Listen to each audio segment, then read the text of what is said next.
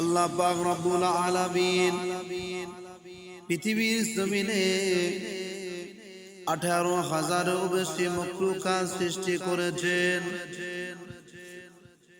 ও যুবকেরা, জওয়ানেরা, ভাইজানেরা, তরুণেরা, আল্লাহ পাক রব্বুল আলামিন যে সৃষ্টি জীব করেছেন, ওই সমস্ত সৃষ্টি জীবদেরকে তুমি যদি মহাব্বত করো, ওই সৃষ্টি জীবদেরকে তুমি যদি ভালোবাসো, ওই সৃষ্টি জীবদেরকে তুমি যদি তোমার মন থেকে ভালোবাসো, অন্তর থেকে ভালোবাসো, কিয়ামতের দিনে, মাহশরের দিনে আল্লাহ পাক আপনার শরীরটা দেখবে না, আল্লাহ পাক আপনার চেহারাটা দেখবে না, আল্লাহ পাক তোমার পোশাক দেখবে না, তুমি ধনী কি তুমি গরিব আল্লাহ দেখবে না, তুমি কি রাজা সে দেখবে না, তুমি কি বাদশা আল্লাহ পাক সেটা দেখবে না। আল্লাহ পাক দেখবে তোমার অন্তরটা, তোমার অন্তরটা কেমন ছিল, তুমি আল্লাহকে কত মহাব্বত করো, নবীকে কত মহাব্বত করো, আল্লাহকে কত ভালোবাসো, নবীকে কত মহাব্বত করো।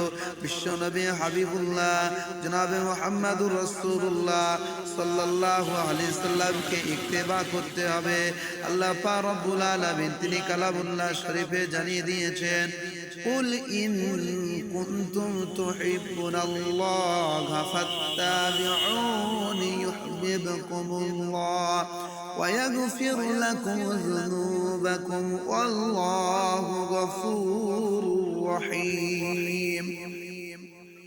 আল্লাহ পাক রব্বুল আলামিন বললেন, এই হাবিব তুমি জানিয়ে দাও, এই হাবিব তুমি বলে দাও, তোমার উম্মতি মুহাম্মাদিরা তাদের সঙ্গে আমি আল্লাহ আমার মহব্বত তখন হবে, আমার সাথে যদি তারা মহব্বত করতে চায়, ভালোবাসা করতে চায়, তাহলে তারা যেন তোমাকে ইত্তেবা করে, তোমাকে তারা যেন স্মরণ করে। ও ভাইজানেরা, যুবকেরা, দয়ার নবী হাবিবুল্লাহ জনাবে মুহাম্মদুর রাসূলুল্লাহ সাল্লাল্লাহু আলাইহি ওয়াসাল্লামকে আল্লাহ পাক তিনি রাহমাতাল লিল আলামিন করে পাঠিয়েছেন, তিনি সত্যবাদী নবী করে পাঠিয়েছেন, তাকে আল আমিন উপাধি দিয়েছেন আল্লাহ পাক। আল্লাহ পাক রব্বুল আলামিন তাকে বড় মহাব্বত করে, বড় ভালোবেসে দুনিয়াতে এই মানব জাতির জন্য, আমাদের জন্য আল্লাহ পাক পাঠিয়ে দিয়েছেন।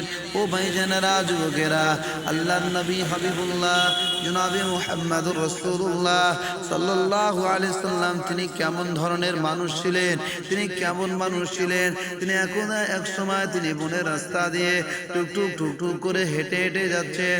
এমন সময় বনের দিক থেকে একটা আওয়াজ আসে, ইয়া রাসূলুল্লাহ, ইয়া হাবিবাল্লাহ, ও রাহমাতুল লিল আলামিন, ও আখিরি জামানার নবী, ও শেষ জামানার নবী গো, একটু এদিকে আসেন, একটু এদিকে আসেন। তিনি আগিয়ে গেলেন, গিয়ে দেখলেন গাছের তলাতে একটা হরিণ বাঁধা রয়েছে, আটক করা আছে। ও যুবকেরা, জনেরা, আল্লাহ পাকের তরফ থেকে ওই হরিণটা জবানটা খুলে দেওয়া হয়েছিল। ওই হরিণটা নবী পাককে বলতে লাগলেন, ইয়া রাসূলুল্লাহ, ইয়া হাবিবাল্লাহ, হুজুর, আমার সবে মাত্র দুটো বাচ্চা হয়েছে, ওই বাচ্চা দুটোকে আমি পাশের জঙ্গলে রেখে এসেছি, পাশের জঙ্গলে রেখে আমি এখানে ঘাস পাতা খেতে এসেছিলাম। ইয়া রাসূলুল্লাহ, ইয়া হাবিবাল্লাহ, হুজুর, এই জন্য আমাকে ঘাস পাতা খেতে আসতে এই ব্যবসায়ী শিকারী জাল পেতেছিল, ফাঁদ পেতেছিল, আমি হরিণ এই ঘাস পাতা খেতে এসে তার জালেতে আটকা পড়ি, ধরা পড়ি। ওই শিকারীটা আমাকে নিয়ে গাছের নিচেতে আটক করে রেখেছে, এই গাছের নিচেতে আমাকে বেঁধে রেখেছে। ইয়া রাসূলুল্লাহ, ইয়া হাবিবাল্লাহ, হুজুর, আপনি একটুখানি আমাকে ছেড়ে দেন, আমি আমার বাচ্চা দুটোকে একটু দুধ পান করিয়ে আমি আবার আপনার কাছে ফিরে আসব। আমি আপনার কাছে আবার ফিরে আসবো। দয়ার নবী, মায়ার নবী, দয়ার নবী হাবিবুল্লাহ জনাবে মুহাম্মদুর রাসূলুল্লাহ সাল্লাল্লাহু আলাইহি ওয়াসাল্লাম তিনি ওই হরিণটাকে ছেড়ে দিলেন। হরিণটা চলে গিয়েছে, কিছুক্ষণ পরে ওই শিকারী এসে উপস্থিত হয়ে গেল। নবী পাককে দেখতে পেলেন।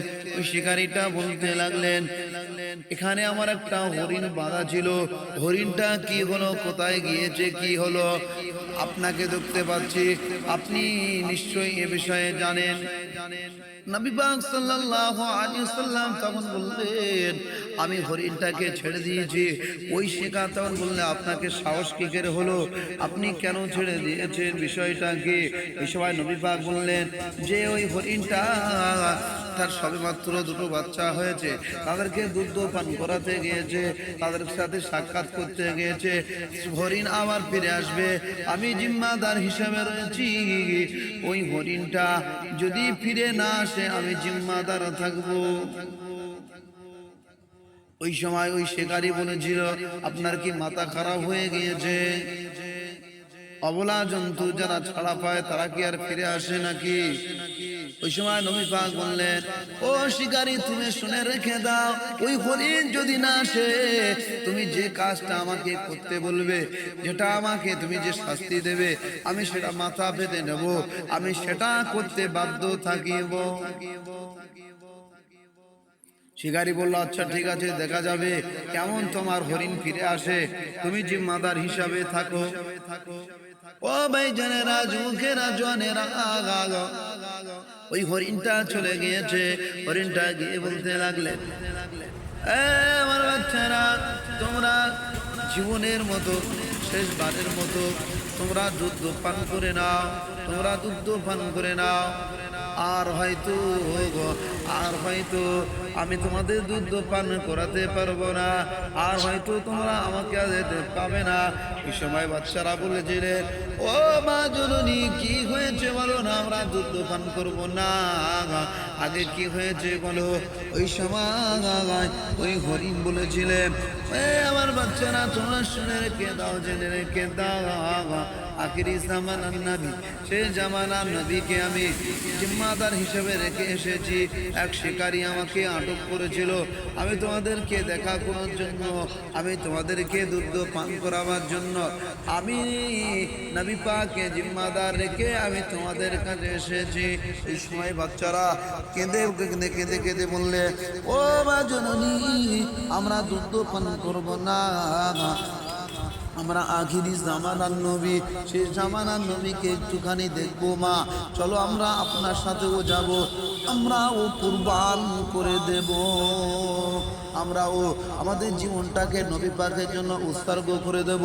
ও ভাইরা, যুবকেরা, জনেরা, শুনে রেখে দাও, জেনে রেখে দাও, ওই তিনটে হরিণ যখন তা দৌড়ে দৌড়ে দৌড়ে দৌড়ে আসে, ওই তিনটে হরিণকে দেখে শিকারী অবাক হয়ে গেল।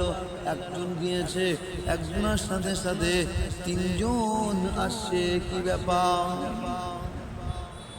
ওই তিনটে হরিণ গিয়ে যখন নবী পাকের দরবারে পৌঁছে গেল, ওই বাচ্চা হরিণ দুটি নবী পাক সাল্লাল্লাহু আলাইহি সাল্লামের পায়ের কাছে সিজদা করে বলে, ও আখিরি জামানার নবী, ও জামানার নবী গো, আমার মা ফোন করেছে, আপনাকে এখানে জিম্মাদার রেখে গিয়েছে, আমার মাকে ক্ষমা করে দাও, মাফ করে দাও।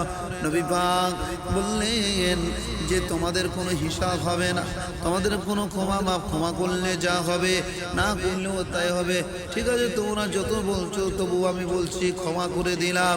এই দেখে ওই শিকারী বলতে লাগলেন, ও আখিরি জামানার নবী, ও শেষ জামানার নবী, আমার ভুল হয়ে গিয়েছে, ক্ষমা করে দিয়ে আমাকে মাফ করে দিয়ে, আপনি কলেমা পড়িয়ে, ইসলামের বাণী পড়িয়ে, ইসলামের মন্ত্র পড়িয়ে আমাকে আপনি মুসলমান করে নিন, আমাকে ইসলাম গ্রহণ করার সুযোগ করে দিন। ও ভাইরা, যুবকেরা, ওই শিকারী নবী পাকের হাতে হাত দিয়ে ইসলামের বাণী, ইসলামের কলেমা পড়ে মুসলমান হয়ে গেলেন। ও যুবকেরা, জওয়ানেরা, আমার নবী পাক তিনি অবলা জন্তুদেরকে ভালোবেসেছিলেন, পশু পাখিদেরকে ভালোবেসেছিলেন।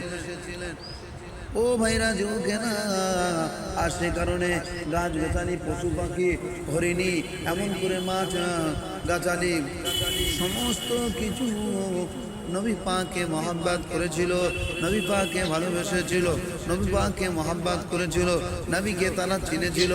ও ভাইরা যুবকেরা, আর আমরা তার উম্মত, আর সৃষ্টি জীবকে আমরা কেন মহাব্বত করব না? আমরা কেন অবলা জন্তুদেরকে কেন ভালোবাসবো না? নিশ্চয়ই আমরা অবলা জন্তুদেরকে ভালোবাসবো, তাদেরকে আমরা মহাব্বত করব। আল্লাহ পাক তাদের ওসিলা করে আল্লাহ পাক আমাদের যেন নাজাত দিয়ে দেয়, তাদের ওসিলা করে আল্লাহ পাক যেন আমাদের গুনাহগুলো মাফ করে দেয়, তাদের ওসিলা করে আমাদের চলার পথ যেন সুন্দর হয়। আল্লাহ পাক আমাদেরকে মনটাকে পরিষ্কার করার তৌফিক দিন। আল্লাহ পাক রব্বুল আলামিন আমাদেরকে ঈমানদার হওয়ার তৌফিক দিন, আমাদের বেশি বেশি করে আমল করার তৌফিক দিন, ইবাদত করার তৌফিক দিন। আল্লাহ পাক রব্বুল আলামিন আমাদেরকে ঈমানি হালতে মৃত্যুবরণ করার তৌফিক দিন। আমিন সুম্মা আমিন।